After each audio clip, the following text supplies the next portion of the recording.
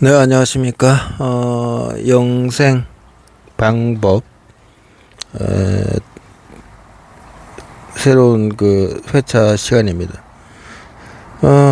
제가 여기에 오늘 이야기 주제는 우리가 지금, 윤석열의 계엄과, 그 불법이죠. 완전 공수처가 법에도 맞지 않게, 윤석열 대통령을, 현직 대통령을 체포해가는 과정, 국회가 탄핵하는 과정, 한동훈과 이재명이 합작해서 윤석열은 내란이다, 직무정지 시켜야 된다, 직무배제 시켜야 된다, 위험한 사람이다 등등으로 꾸며갔던 사항들, 헌법재판소 간첩 새끼들이 대통령을 탄핵이라는 요식행위로 이렇게 우리나라가 간첩들이 천지백가리로 판을 치고 있다. 여기에서 이제 2015년 리포트 주한대사가 피습당한 사건을 우리가 보고 있죠. 그리고 안동을 갔었는데 얼마 되지 않아서 사고가 났다는 사실. 1박 2일로 안동을 갔고요. 그럼 리포트 대사는 어떤 존재냐? 경력을 보면 되죠. 장교였고요. 그리고 이제 베이징 대학교 유학도 갔었고, 그죠? 한국어와 중국어도 가능하고. 미국의 NSC 국가 안전 그런 거에 그 수석 보좌관 등 그 정보 장교 활동 등 그야말로 이제 화이트 요원이죠. 외국어도 가능하고. 근데 안동을 왜 갔을까? 그리고 나서 피습도 일어나고요. 참 신기하죠. 너무너무 신기하지 않습니까? 뭔가 악의가 맞아 들어가고. 사실 주한 대사는 이제 한국의 정보죠. 정보를 취득해서 미국에 보고하는 역할을 하죠. 대사관에는 항상 그 국가 정보원들이 움직이고 있고요. 자, 이렇게 봤을 적에 안동은 왜 갔을까? 또 사건 교감의 그 학교라고 그러죠. 이러한 것들을 우리가 잘 봐야 됩니다. 미국이라는 나라가 한국의 차기 대권 유력한 후보자들의 과거를 미리 당선 전에 10년 전에 이 등등으로 살펴보지 않겠습니까? 유력한 정치인들의 뒷조사, 뒷배경, 어떤 숨겨진 사건, 그건 당연한 거죠. 한 국가가 정보원을 동원해서 그 국가의 유력한 차기 지도자로 부상되는 인물을 미리미리 다 보고 있죠. 그런 겁니다. 자, 그러면 이재명에 대한 평은 아주 마피아, 성남 마피아라는 폭력 조직의 고문 변호사. 그러면 그 고문료를 받고 있었을 것이고, 사건 나면은 변호했을 것이고요. 당연하죠. 아주 저질 변호사죠. 보통은 그런 조폭들을 고문하지 않는데, 고문 변호사직을 받지 않는데 아주 더러운 양아치 변호사라는 게 나오고 있고, 실제 성남시장이 되자마자 더러운 짓을 많이 했죠. 근데 그 포장은 엄청 잘하고, 중공 세력은 수십 년 전부터 대한민국을 침공해 왔죠. 정치권으로, 자기들이 이제 경제 성장의 그 돈으로 그랬죠. 6.25 전쟁 때는 우리나라를 침공했고요. 미국과 싸웠고요. 왜 이 영생 방법과 이러한 현 시대의 문제와 연결이 되느냐? 지금 우리는 불법으로 감금당하고 고문당하고 있죠. 옥고를 치르고 있는. 그게 고문이죠. 불법 그 특검에 의한 체포. 법이라는 이름으로 이루어지는 불법. 법이 아닙니다. 이거는 그냥 폭력입니다. 법의 이름을 빌린 폭력. 중공 세력이 우리 국가를 잡아먹고 있고, 거기에 동승하고 있는 한국 정치인들. 그건 다 가짜 정치인입니다. 부정선거로 이루어진 당선자들은 있을 수가 없죠. 다 여야 할 것 없이 지금의 국회는 과거도 그랬고 지금도 그렇고 완전한 100% 불법 정치인이다, 국회의원이다라는 것을 우리가 알고 있어야 되겠죠. 그러면 대통령마저도 불정선거이고 중공 세력과 북한 세력에 의해서 만들어진 가짜 대통령이고 법이라는 이름으로 한국을 통치하고 있다는 사실을 우리가 안다면은 이 나라는 이미 주권이 없다는 거죠. 국가는 군인 경찰이 있어도 다 중국 공안의 영향을 받고 있다는 사실이고 명목상으로서 한국인인 척 하는 거죠. 그러니까 우리의 군인들은, 우리의 경찰들은 자기 가족도 있고 그도 직업의 하나의 군으로서 이루어져 있지 않습니까? 그러니까 대한민국에 대한 국가관을 가져야 되는데 우리나라가 지금 국가관을 제대로 가진 사람이 있느냐. 더군다나 모든 인간은 죽습니다. 죽음 이후에는 어떤 곳으로 가느냐. 우리가 왜 살고 있느냐. 수천 년 전부터 왜 윤회를 거듭하며 전 세계 속에서 전 세계 사람들도 살고 있느냐. 그건 오로지 하나님의 길을, 하나님의 뜻을 모든 인간이 공동으로 가지고 있습니다. 얼마나 배웠느냐, 얼마나 인식하느냐의 차이죠. 고대 과거 우리 인간들은 글은 몰랐어도 뭐 글을 아는 사람 알았고 모르는 사람 몰랐어도 의사소통은 어느 정도 되었습니다. 그렇다고 아주 깊은 농밀한 정신세계를 주고받지 못했겠죠. 예, 그것이 언어의 능력입니다. 그리고 한국사와 뭐 세계 서양사를 되게 뭐 다르게 얘기하는데 사실은 똑같아요. 구텐베르크의 활자 뭐 그 책을 만들어낸 거 아니겠습니까? 그래서 성경이 가장 먼저 그 인쇄가 되었죠. 자, 그러면 한국은 어떻습니까? 우리 조선 한국사, 한반도의 역사, 한글이 만들어졌고요.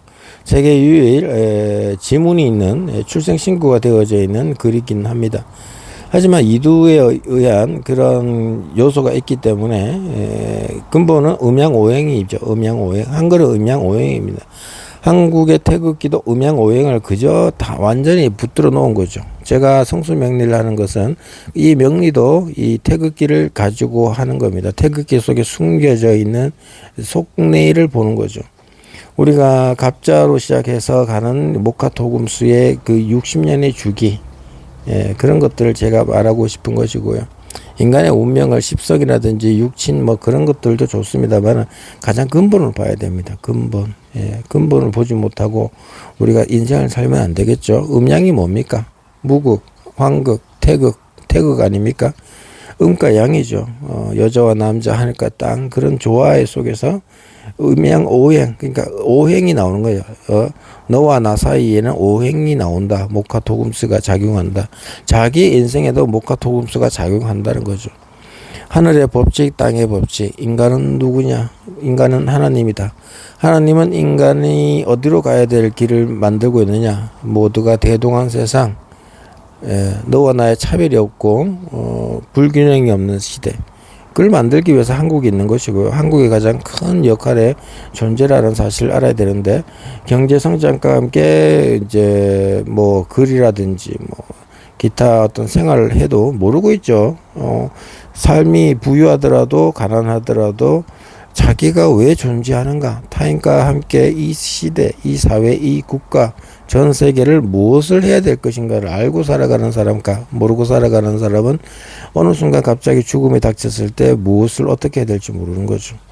그런 흔들린 영혼은 균열이 있는 거죠. 그러나 내가 오늘 당장 죽든 내년에 죽든 이 경제적 위기가 결국에는 초래하는 어떤 배고픔과 경제적 고통이 나는 죽을 것 같아. 그래 죽었습니다. 그래도 겁내지 않는 것, 세상사에 어떤 것도 얽혀 있지 않는 것. 그러면 그 영혼은 다시금 자신의 자리로 돌아갈 수도 있고요. 또는 인간은 올 수도 있는 것이죠. 세상을 지켜 내려다보고 있습니다.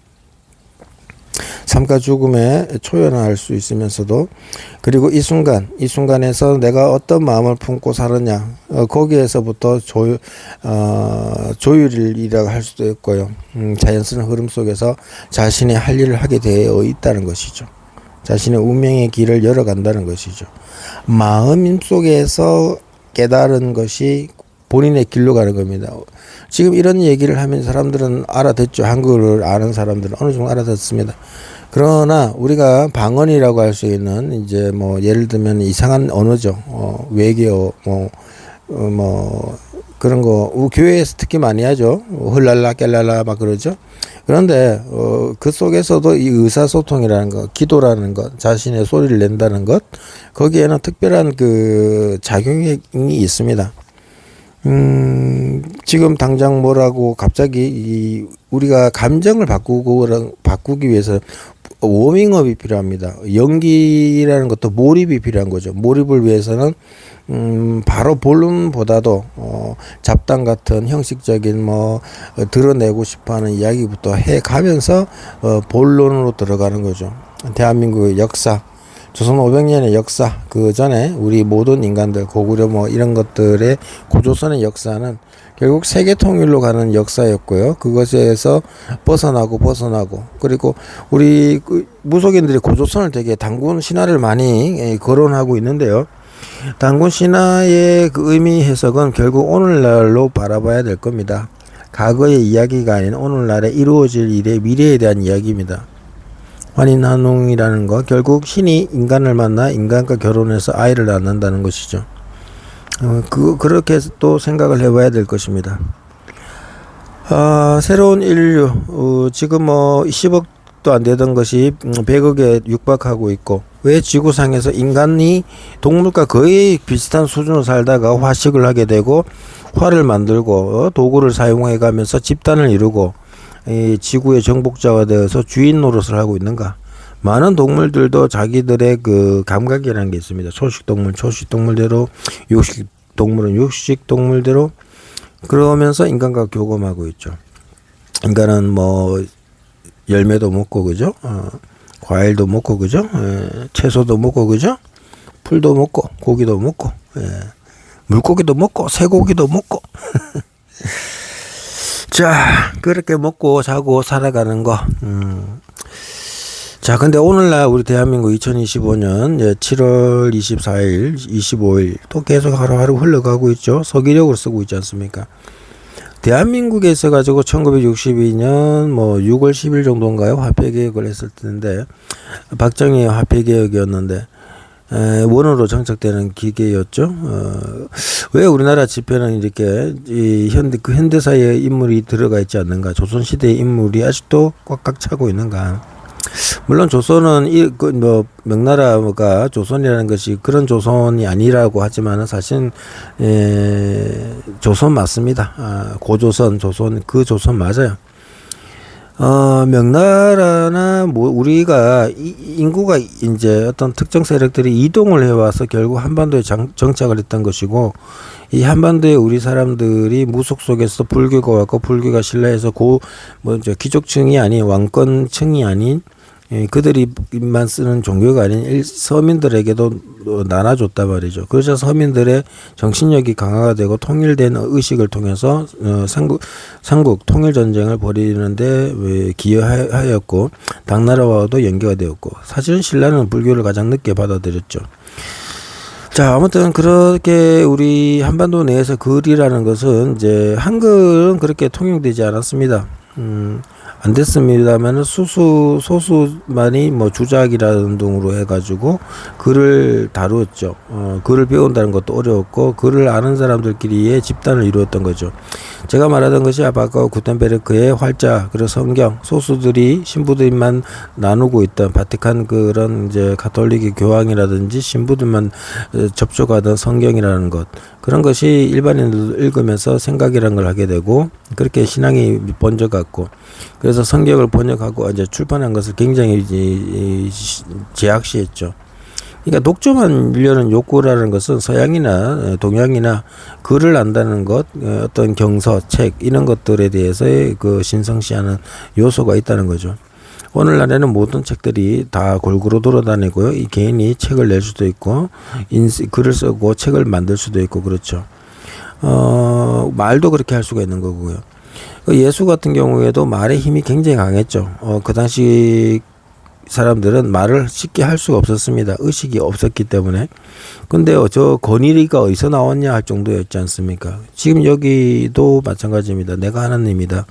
내가 오늘 죽든 내일 죽든 인간사적으로 아무도 뭐 인정을 하든 안 하든 나는 분명히 내 자신이 하나님이다. 그리고 모든 사람들에게, 전 세계의 모든 사람들에게 하나에게 나를 영접하거나 하면은 더 큰 복을 주겠지만은, 그 사람의 말을 듣고 그 사람 속에 욕구가 무엇인지, 원하는 바가 무엇인지를 알고 도와줄 수 있다. 내가 말하지 않더라도 속으로도 복을 줄 수가 있고, 대화하면서도 복을 줄 수가 있고, 나와 마주치면서 복을 줄 수가 있다는 거죠. 그래서 말하는 사람과 듣는 사람과 말하는 사람 속에 있는 상호 체결이라는 게 있습니다. 승인이라는 게 있어요. 그 승인을 하는 사람이 있고 없는 사람이 있죠. 그래서 사람 마음속은 내가 어떤 얘기를 할 때 승인 안 한 사람을 만나면 어떻게 될까요? 그건 효과가 없죠. 근데 승인해 주는 사람을 만나면 어떻게 될까요? 거기에서 음양의 조합, 볼트 체결 같이 이루어지는 거죠.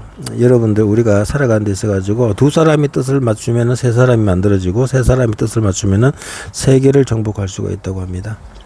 여기까지 하도록 하죠. 다음 시간에 또 뵙도록 하겠습니다.